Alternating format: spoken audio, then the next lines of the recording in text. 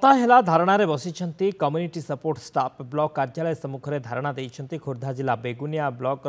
जीपीएलएफ कर्मचारी खरा वर्षा को खातिर नक छोट छुआ को धरी धारणा देइछन्ति महिला पूर्व सरकार समय रे सेमानंकु नियुक्ति प्रदान करा जाई स्थायी दरमार बंदोबस्त करा जाइथिला किंतु बीजेपी सरकार आसिबा परे नूतन नीति लागू करा जाई सेमानंकु 6 मासरु ऊर्ध्व समय हेलानी प्राप्य प्रदान वंचित करा जाइछि। मुख्यमंत्री उद्देश्य रे 7 दफा दाबी पूरण संबलित एक दाबी ब्लॉक कार्यालय सम्मुखें वर्षार भिजी भिजी धारणा देउछन्ति। 7 दिन बीती जाइथिले सुद्धा कौनसी प्रशासनिक अधिकारी किंबा लोकप्रतिनिधि धारणा स्थल को आसी नाहंती। एहाकु नै मध्य साधारण रे तीव्र प्रतिक्रिया सृष्टि होछि।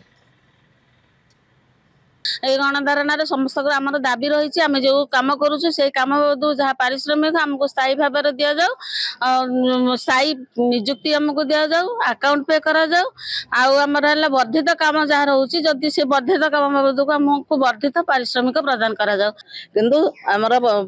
जे प्रकार पूर्व दरमा थिला से जगह आम नबु बोली आज से माने राजरास्ता को ओल्हे ब्लॉक सम्मुखें धारणा देछु आमर स्थायी निजुक्ति दरकार आउे आमर जो परफॉर्मेंस बोनस रे हमको जो दरमा देवाई कहते आम से नेबू ना जे पर्यंत सरकार आमर दाबी गुड़िक पूरण न कर से पर्यंत आम गणधारणार ओह्लैबार आगू ना।